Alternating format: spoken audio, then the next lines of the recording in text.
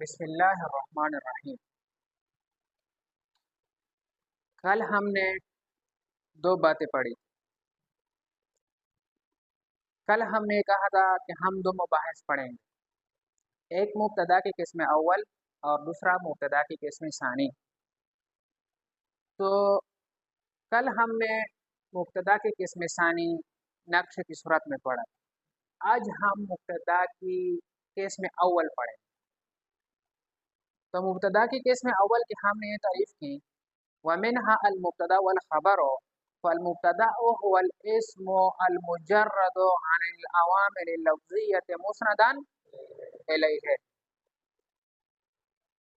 المبتدا هو الاسم، مبتدا و اسم ہے، المجرد جو کہ خالی ہو، عن العوامل اللفظیت، عوامل لفظیہ سے، اس حال میں کہ وہ کیا ہو، مسند الیہ ہو۔ تو پہلے ہم نقشہ کی صورت سمجھیں گے۔ مبتدا اسم صفاتی ہوگا، غیر صفاتی ہوگا۔ اگر اسم صفاتی ہو تو مبتدا کی قسم ثانی ہے، اس کی جتنی بھی صورتیں تھی وہ ہم نے پڑھ لی ہے۔ آج ہم مبتدا کی قسم اول یعنی مبتدا غیر صفاتی ہو پڑھیں گے، پھر دو حال سے خالی نہیں، عوامل لفظیہ سے خالی ہوگا یا خالی نہ ہوگا۔ ہم نے کہا تھا کہ مجرداً عن العوامل، تو عوامل لفظیہ سے خالی ہوگا یا خالی نہ ہوگا، مجرد عن العوامل لفظیہ ہوگا یا مجرد عن العوامل۔ اگر عوامل لفظیہ سے خالی ہو پھر دو حال سے خالی نہیں، مسند الیہ ہوگا یا مسند ہوگا۔ اگر مسند الیہ ہو تو یہ مبتدا قسم اول ہے، جیسے زید فی مثل زید قائم۔ دیکھیں یہاں پر زید جو ہے یہ مبتدا ہے، غیر صفتی ہے، صیغہ صفت کا نہیں ہے، تو یہ مبتدا ہے اور مبتدا کی قسم اول ہے، قسم ثانی مسند ہوگا۔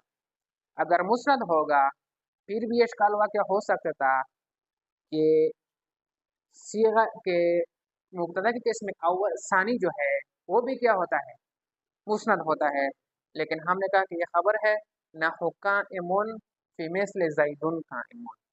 مبتدا کی قسم ثانی جو ہوتا ہے وہ صیغہ صفت کا ہوتا ہے، یہ بھی صیغہ صفت کا ہے، لیکن وہ پہلے ہوتا ہے، یہ بعد میں ہے۔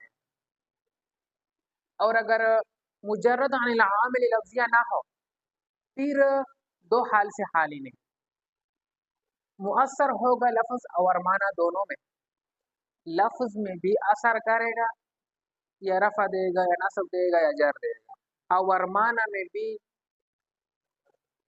اثر کرے گا۔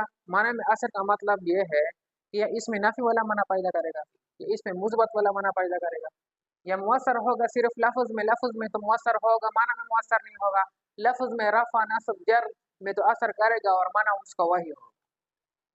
اگر مؤثر ہو صرف لفظ میں تو مبتدا کی قسم اول ہے، تو یہ کیا ہے، اور اگر مؤثر ہوگا لفظ اور معنی دونوں میں پھر دو حال سے خالی نہیں، اس کا عامل افعال سے ہوگا، اس کا عامل حروف سے ہوگا۔ اگر اس کا عامل افعال سے ہو، جیسے کہ ضرب زید، یہاں پر زید دے کے اس کا عامل جو ہے وہ ضربہ ہے اور افعال کے قبیلے سے ہے، تو یہ فاعل ہے، مبتدا نہیں، یہ کیا ہے، فاعل ہے، مبتدا کی قسم اول بھی نہیں ہے اور قسم ثانی۔ اور اگر اس کا عامل حروف سے ہوگا تو پھر یہ اسم ان و اخواتہا ہے، جیسے کہ ان زیدن قائم۔ دیکھیں یہ زیدن جو ہے یہ اسم ان ہے، یہ مبتدا کی قسم اول بھی نہیں ہے اور مبتدا کی قسم اول بھی نہیں ہے۔ اور اسے پیش لوستا اس کے توپ تروس دبان کا